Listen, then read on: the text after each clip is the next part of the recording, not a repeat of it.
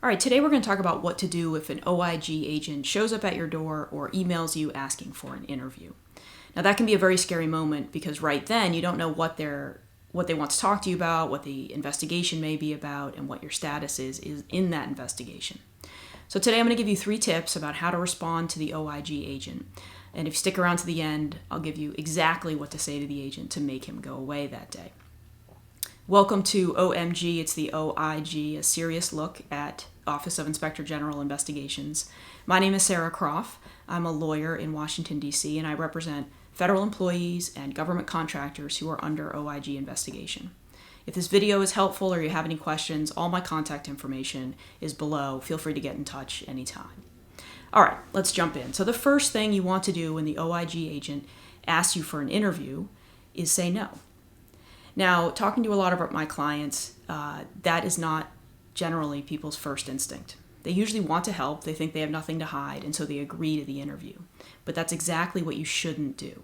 Saying no in the first instance doesn't mean you're not going to say yes down the road. In fact, we may agree to an interview once we know more about what they want to talk to you about.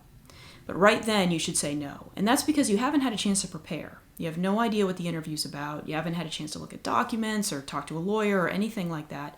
And so you want to put the brakes on and say no at that moment.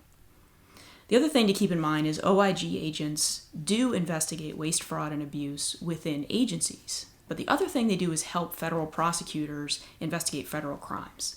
And so you have to tread very lightly. You don't want to just walk into an interview where they may be interviewing you about potential criminal conduct.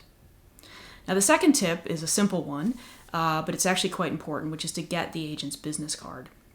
Now, when the agent shows up, he's going to say his name and his title, and then he's going to ask you for an interview. And honestly, you're going to be nervous at that moment, and you will have forgotten the agent's name 2 seconds into it. So you want to be sure to get the agent's card so you can follow up with him later. If it's on the phone, you want to ask for his name and his title. And if it's in an email, it'll be in his signature block. You don't have to worry about it then. We'll already have the contact information.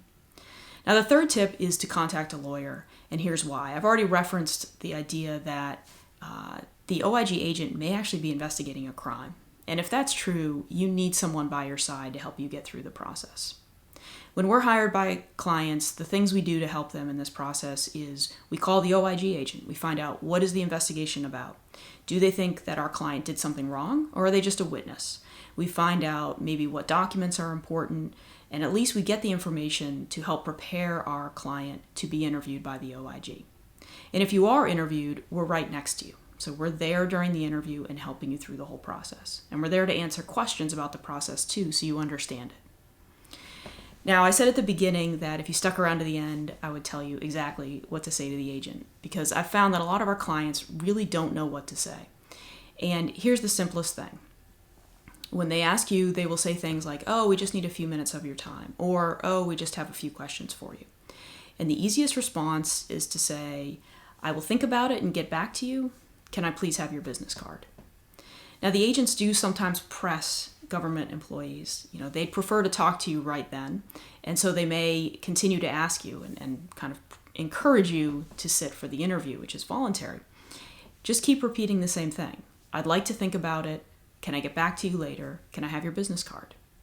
If they keep pressing you, you can say that you may want to contact a lawyer, and that will always work. But so long as you're firm and polite and just keep repeating that sentence, I'd like to think about it and get back to you later. Can I please have your business card?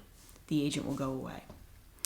Now, I hope these 3 tips were helpful, and if they were, if you're under OIG investigation, or you think you might be under OIG investigation, you want someone to help you through the process, feel free to get in touch. My contact information is below. There's also a link to a free ebook about surviving an OIG investigation.